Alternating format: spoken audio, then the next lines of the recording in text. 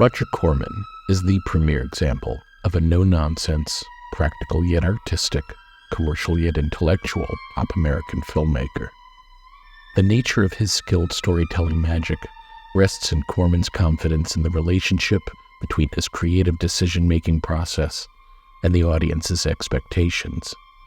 This confidence has yielded a seemingly simple visual approach to complex story and character structure in his relatively brief yet prolific career as a motion picture director. His particular brand of filmmaker-to-audience symbiosis allows him the freedom to fearlessly toy with that audience's perceptions and draw them into a purely cinematic experience, an experience that can't be encountered outside the walls of a movie theater. To borrow a phrase coined by Jerry Lewis, Roger Corman is a total filmmaker, and The Terror is a wild, personal celebration of his unique mastery of the cinematic medium.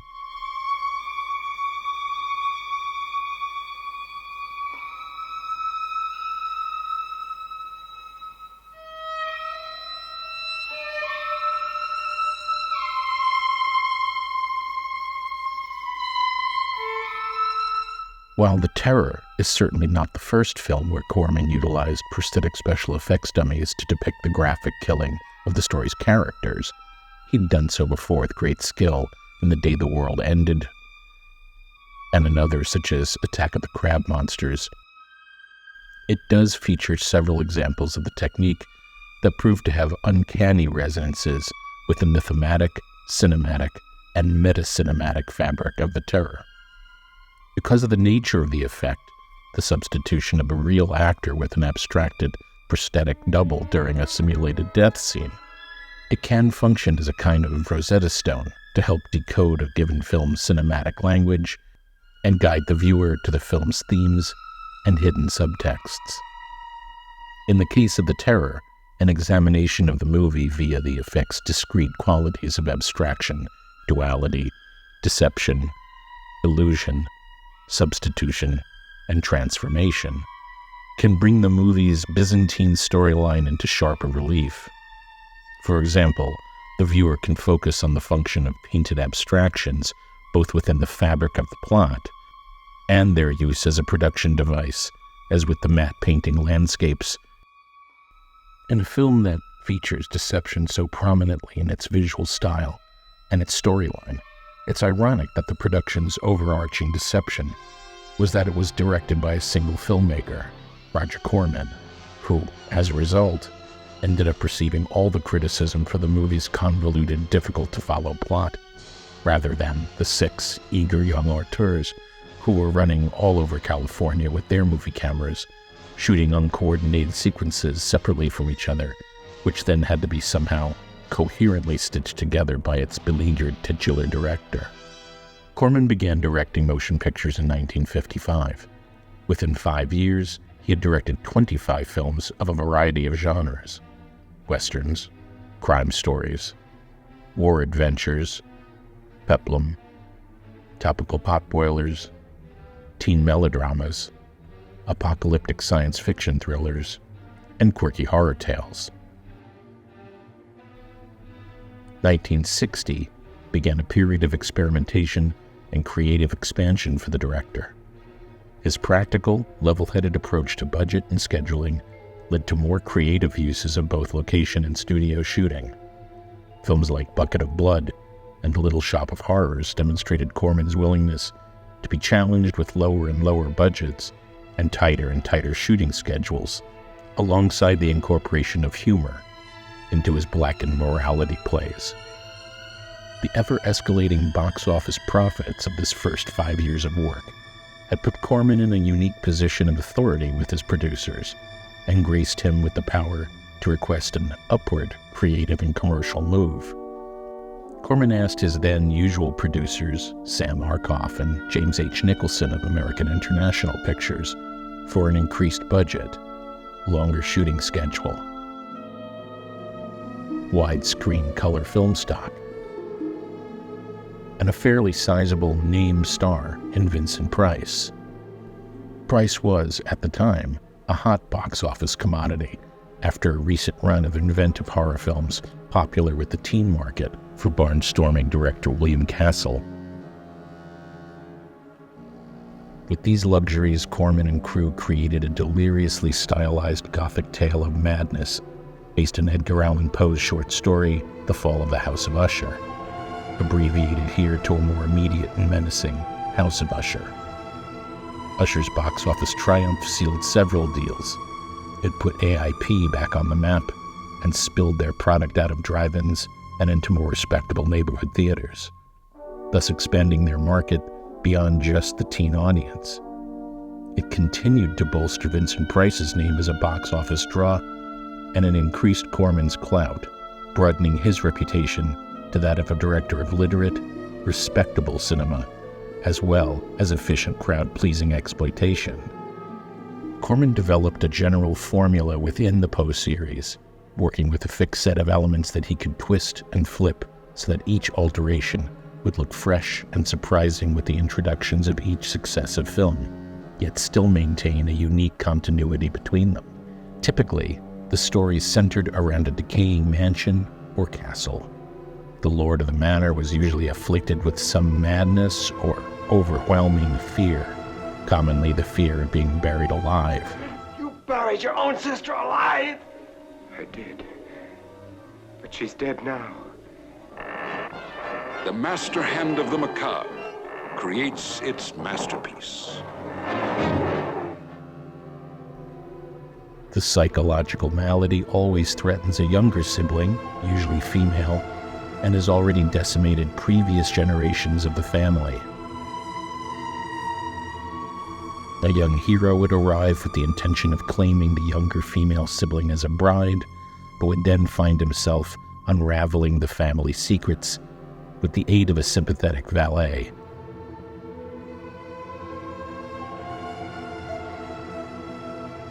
While attempting to rescue his maiden from the enveloping darkness of the family's generational dysfunction.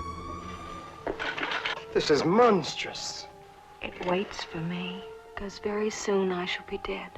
Oh, Madeline, come away with me now.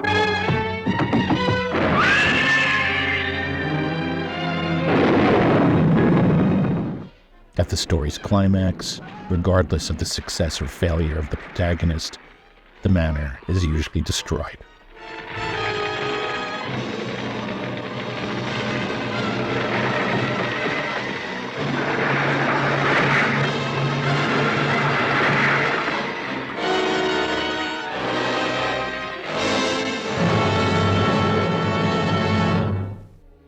Aside from keeping things simultaneously familiar and fresh, this formula also provided Corman with a perfect outlet for a more intense exploration of themes and plot lines established in his earlier works, such as his examinations of the fragility and mutability of the human mind, the transference of the human soul or spirit between bodies, and psychological manipulation and deceptions centered around false identities.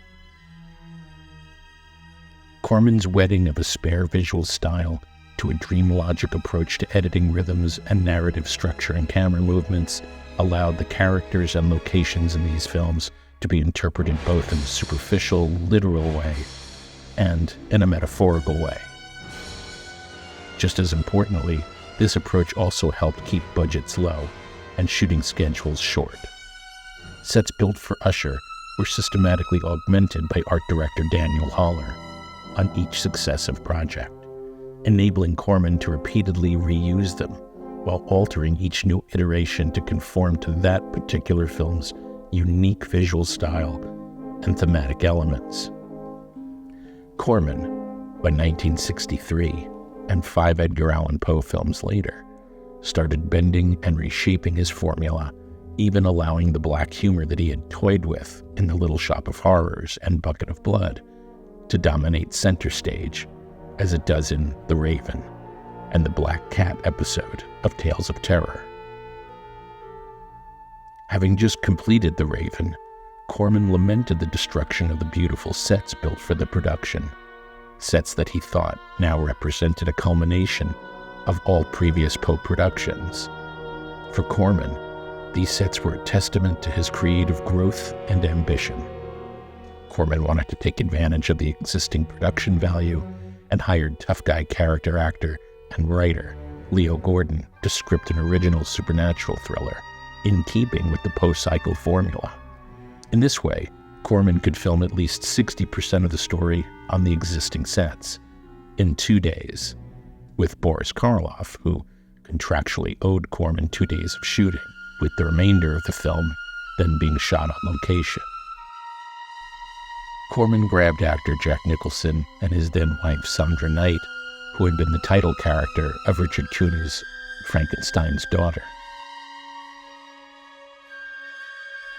as well as Corman regulars Dick Miller and Jonathan Hayes, and went to work on what would evolve into, among other things, a treatise on the deception inherent to the cinematic storytelling medium, as well as an introspective examination of Corman himself as a creative spirit at a pivotal moment in his career.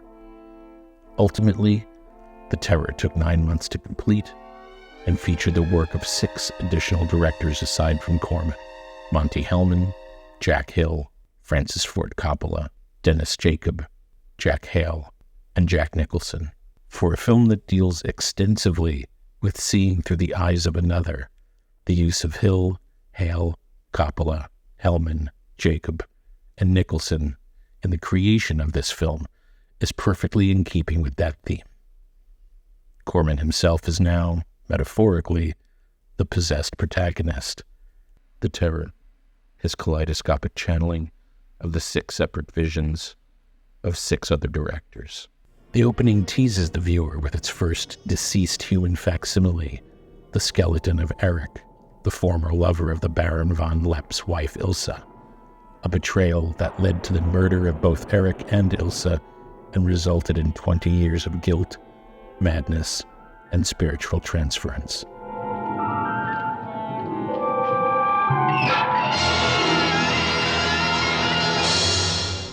These themes of supernatural dislocation, possession, and human abstraction are underscored in an animated title sequence, an abstraction in itself, that hints at the complex metaphysical mysteries that are about to unfold and the highly stylized stage they'll unfold upon.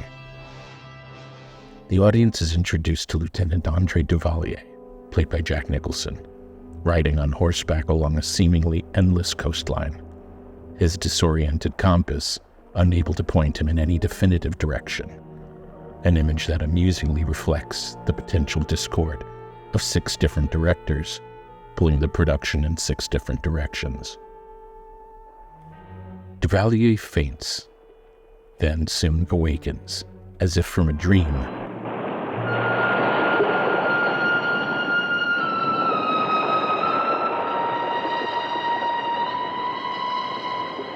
and sees a beautiful young woman standing by an arch-shaped outcropping.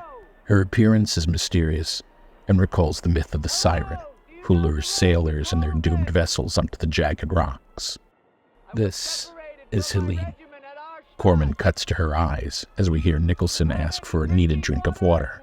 She leads him to the mouth of a stream and offers him a drink of her pure water in a tableau that recalls Satan tempting Eve in the Garden of Eden. Both of these mythic characters, bringers of death and damnation.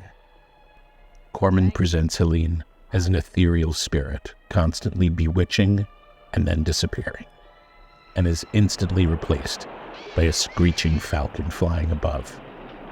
Duvalier fights off the winged attacker and passes out.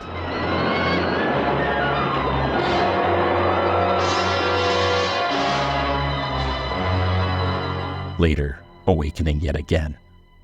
This drifting in and out of consciousness pitches Duvalier deeper into this mysterious, ever-shifting cinematic landscape.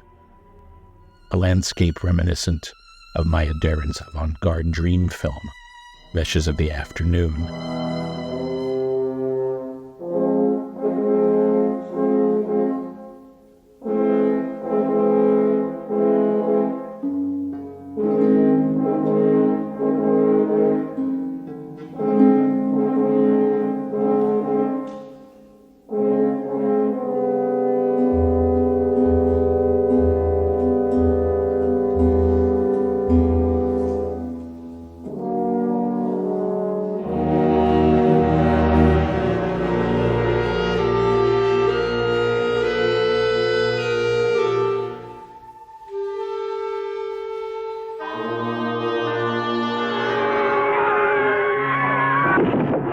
Albert Zug Smith's Confessions of an Opium Eater.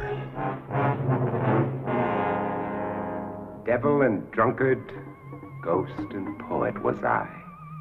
But once to every man there comes a premonition of destiny. It is not many times a man and a woman hear the call of other eternities together.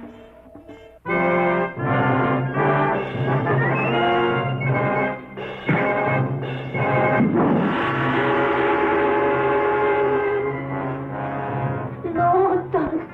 I'm not gonna hurt you. How'd you get here?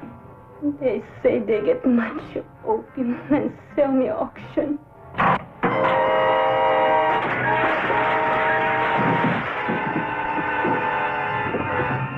Does this world really exist? Are these young girls possessing all the joys of exotic ecstasies available to own?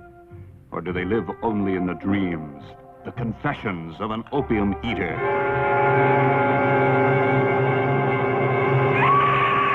Or even Hitchcock's Vertigo.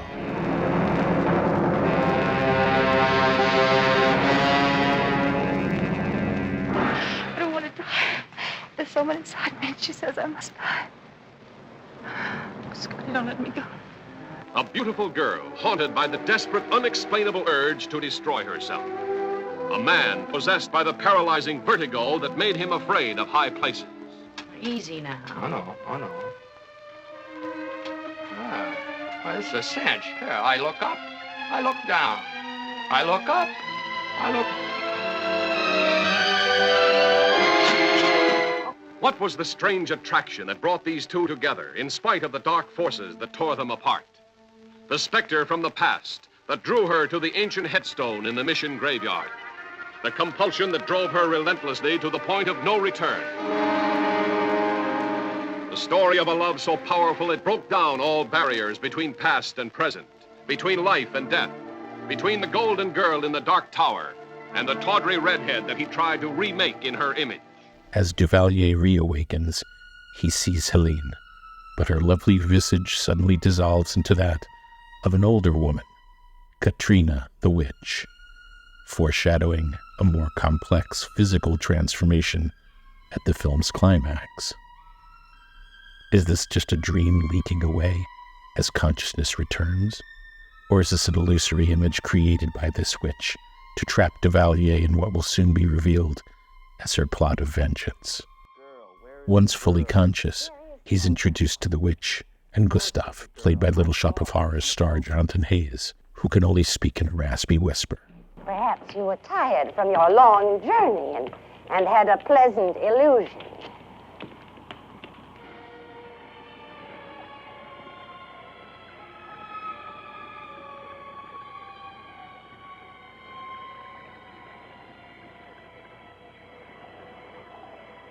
So you are real. I started to think.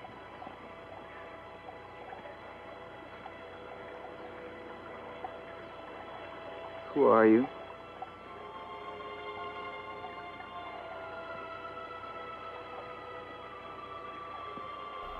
As the specter of Helene continues to visit Duvalier and lure him closer and closer to the castle of Baron von Lapp, it is Gustav who tries to explain.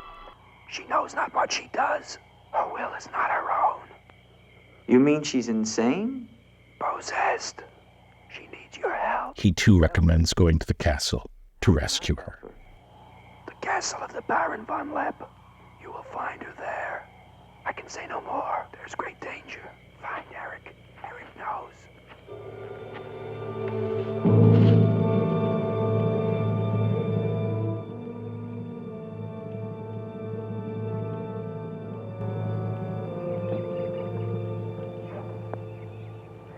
The ride to Colburn is long and fussy. Told you, there is no girl. That is nonsense. You recognize her, don't you? No.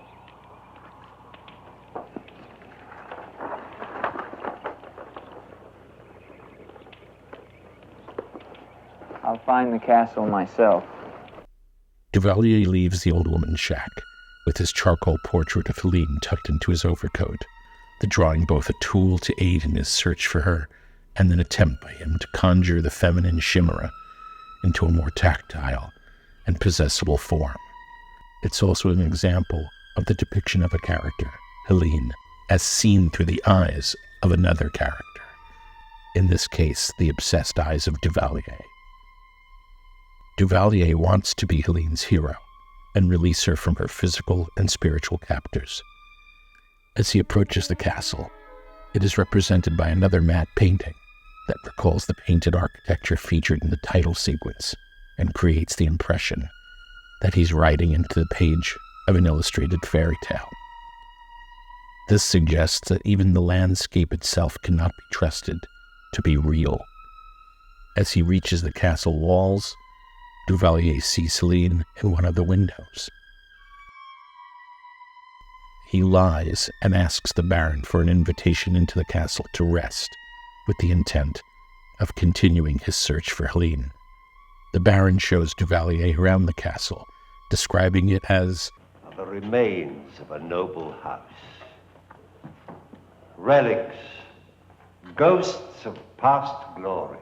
The Baron could well be speaking for Corman, whose sole reason for constructing this labyrinth of mysteries was to show off the elaborate sets accumulated over the years he spent producing his post-cycle of films.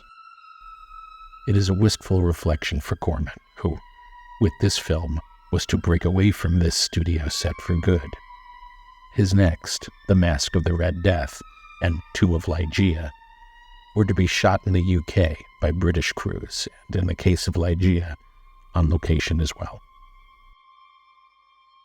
The Baron shows Duvalier the painted portrait of the Baroness Ilsa, which strongly resembles both the flesh and blood Helene and Duvalier's own drawing of Helene. Later that night, Duvalier searches for her.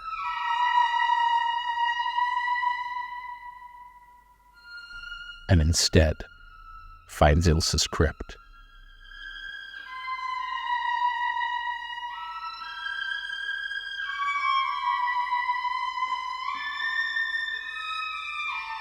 He returns to discover that the painted portrait is gone,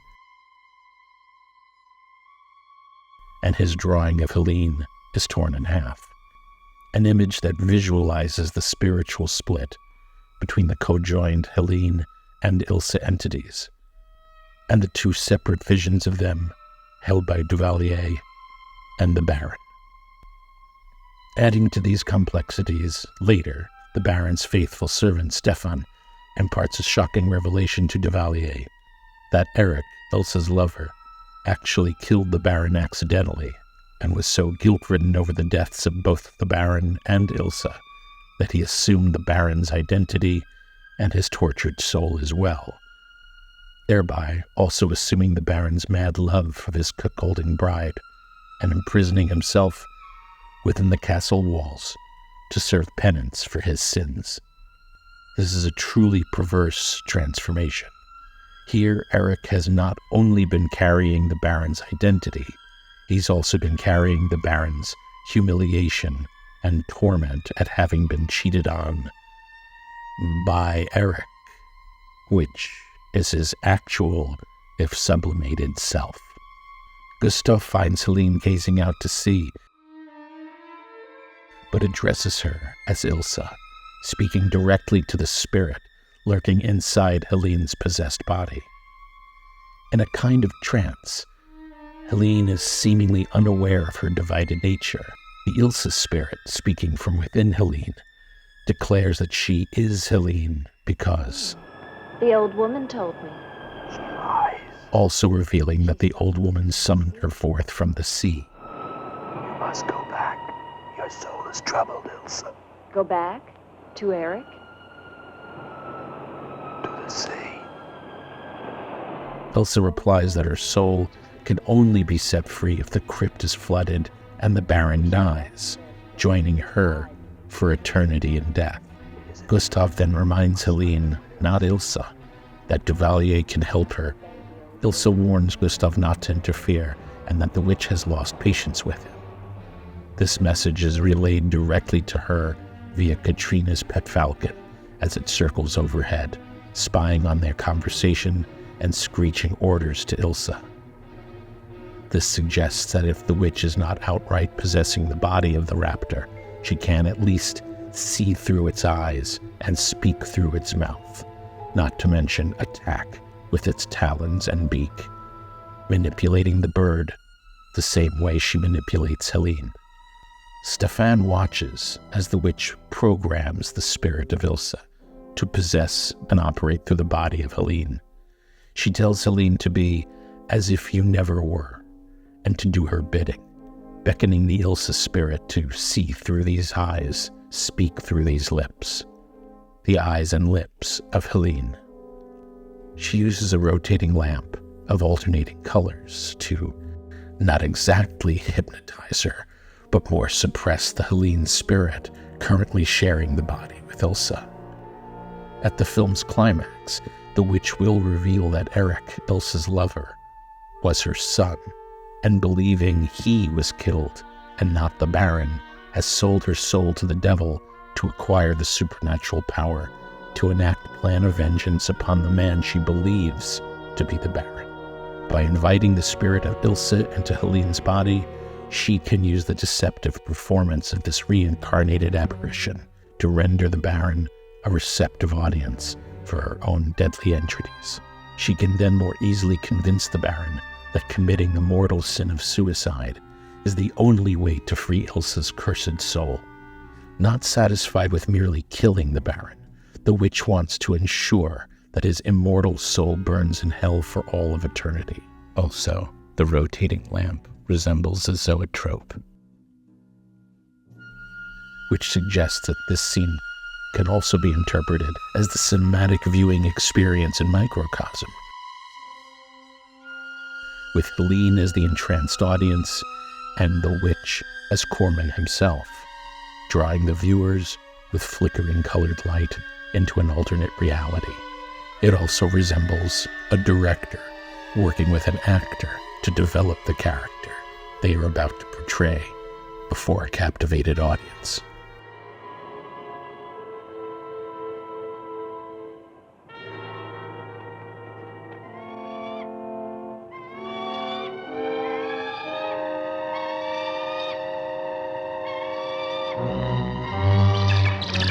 The witch attacks and blinds Gustav via her obedient avian proxy, plucking out his eyes and leaving him to wander aimlessly along the cliff's edge. It is now apparent that with the brutal theft of his sight, the old woman had stolen his voice as well in an earlier attempt to silence him. Now, with no voice or vision, Gustav topples off the edge of a nearby cliff. But in a meta-cinematic moment of substitution, Jonathan Hayes, the actor portraying Gustav, is replaced with a prosthetic dummy replica that plummets onto the jagged rocks below.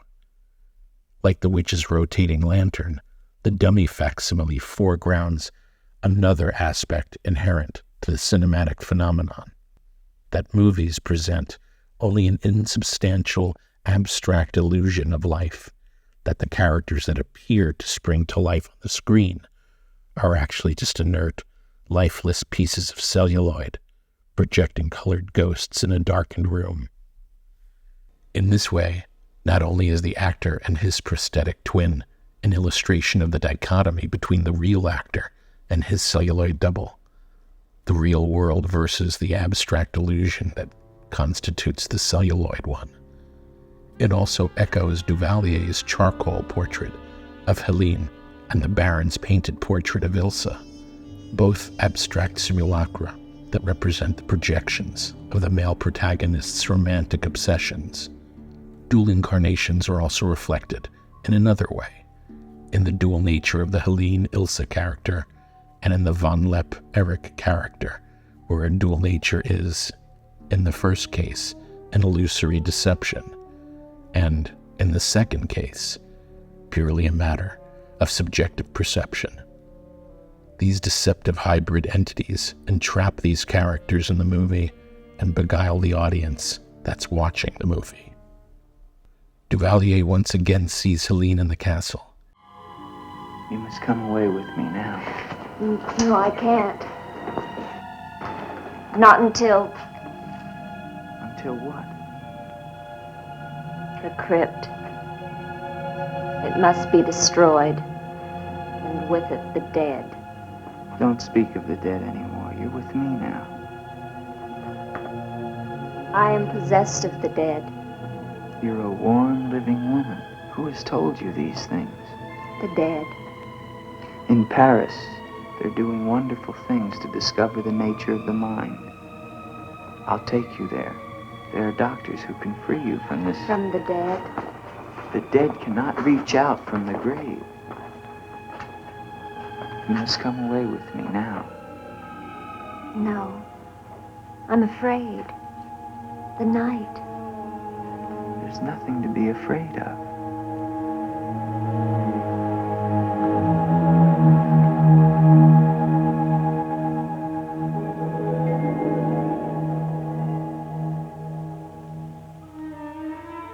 You see? Love me and there is no fear. Yes, Andre. I do love you. Then come away with me. But who is he talking to? And who exactly is he in love with? Helene or Ilsa? Which one was it that he met first and that cast this spell upon him? Wait here. It's all right.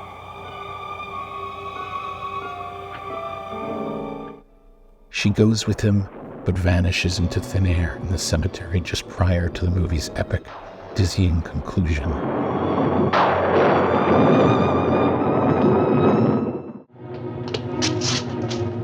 Where's the key? Only the Baron has the key to this lock. Lieutenant, don't! Here, Duvalier and Stefan make a shocking discovery when they unlock and enter the Baroness's sealed forbidden room, the location of the story's central betrayal. In a far corner of the dusty, cobwebbed room, they find a cradle, and Duvalier asks, Did the Baroness have a child? Stefan pleads ignorance. In a classically perverse, incestuous Gothic twist, we discover that the Baroness must have had a child with Eric, and that child must have been Helene. And remember that the Baron, the real Baron, and Stefan were away for almost a year fighting in what they referred to as the Polish campaign, while Eric and Ilsa engaged in their affair, and apparently, while Ilsa gave birth to their daughter. This explains Helene's uncanny resemblance to Ilsa. It also makes Katrina, the witch, her grandmother, which means Katrina is using her granddaughter to, unknowingly, kill her own son. It also means that Eric, in his Baron von Lepp incarnation, is romantically obsessed with his own daughter.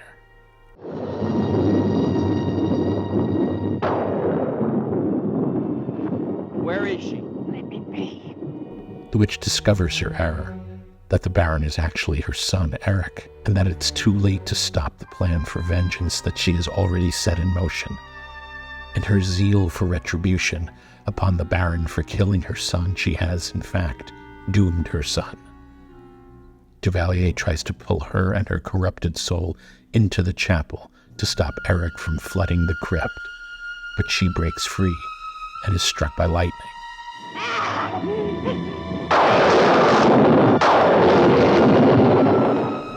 Her body transformed into an infernal blazing husk as her soul plummets to hell, where it too will burn for eternity.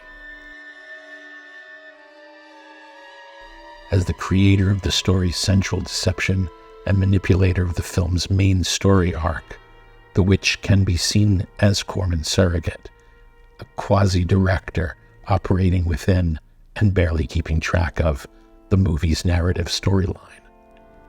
Prior to these final moments, the witch remained outside of the movie's emotional tumult and violent mayhem, orchestrating her deceptions and vicious attacks from the isolated safety of her hut. But in her moment of death, she is absorbed into the thematic fabric of the film, Having perpetrated the story's major deception, she, like Gustave, suffers a demise depicted with a similar cinematic deception, as the actress Dorothy Newman is replaced with a prosthetic, flaming doppelganger. The fictional character of Katrina, who created the story's central illusion, is now destroyed as an abstract, purely filmic illusion. In this way, she joins the abstracted, transfigured, feminine personae of Helene and Ilsa. Obeying the disembodied voice that he thinks is Ilsa, the Baron opens her coffin.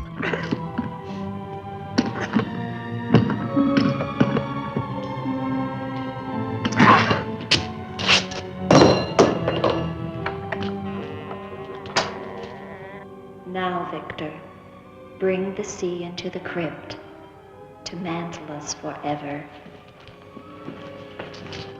We will be together again, Victor. Together with our love here beneath the sea. Then opens the floodgates to the crypt. Come to me, my love. Draw the veil. Returning to the coffin, he pulls back the satin shroud and finally exposes the real face of the real Ilsa. A mummified cadaver, not the seductive illusion and delusion he's been desperately chasing. Helene, in her Ilsa incarnation, appears, her head clearly visible, but her body blurred and indistinct.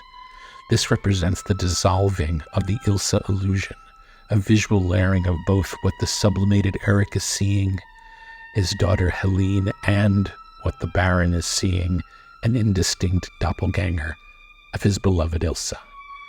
I have damned you as you damned me. The part of me that loved you lies there, Victor, rotting in the coffin. Look at it.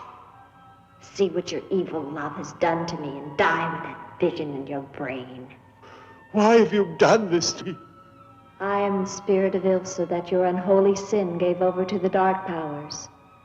But now, by giving your immortal soul to them, I will be free, Eric. The Ilsa spirit is, of course, aware that the Baron is actually her lover Eric, but lover be damned. She has let the witch convince her that she needs the suicidal pact to be fulfilled before her cursed soul can be set free.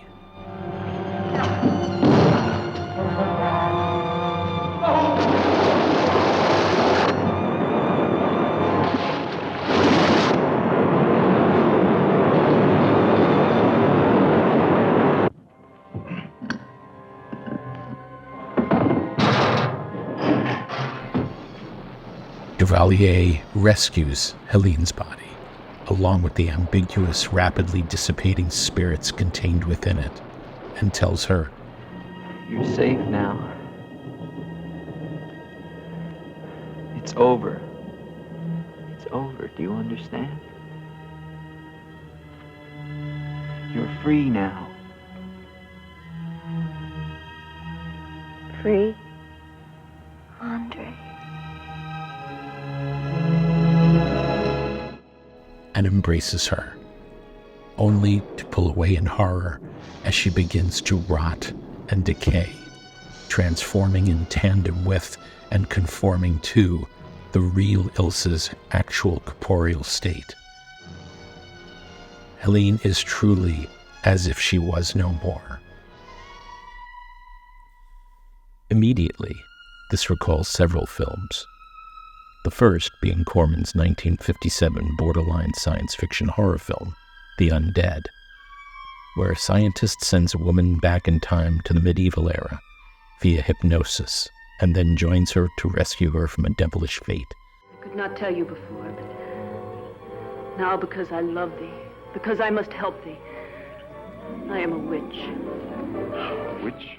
Complications occur, preventing him from returning to his current life and time, resulting in his physical disintegration, as if he had never existed. I am thy match, witch. It's no surprise to see Dorothy Newman, the witch Katrina in The Terror, turn up as another witch. Also, The Strange Case of M. Valdemar, the final story in the omnibus film, The Tales of Terror. You will meet the master of the mansion, who loved and protected his wife with the strength of a supernatural love, even beyond life itself. I am in command here. You will do as I say. I shall take what I desire. Your body and your soul if I demand it. Enough! Help!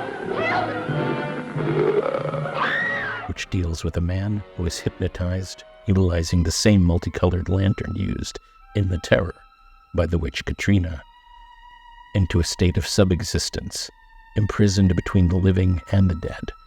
And despite him spiritually existing at the threshold to these two worlds, physically, his body begins to rot away. Is it merely ironic coincidence that the poor victim's wife's name is also Helene? And lastly, this strongly resembles Jack Nicholson's embrace of another beautiful phantom woman who then rots away in front of him in Stanley Kubrick's The Shining. Yet another film that deals with soul transference, transformation, duality, and seeing through the eyes of another, being controlled by the spirit of another.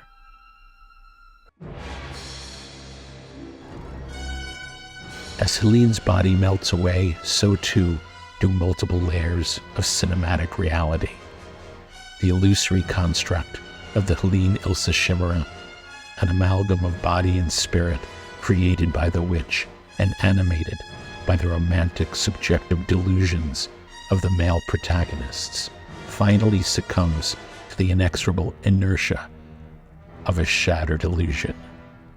Moreover, the actress playing Helene, Sandra Knight, is replaced with a disintegrating prosthetic dummy, another of the film's abstract doubles that reveal the deception inherent to the cinematic medium, that none of this is real, that none of these characters are real, that they and the world they inhabit die when the film runs out of the projector, waiting only for the film to be threaded back, and that they and their ghost world might be reanimated and brought to life once again.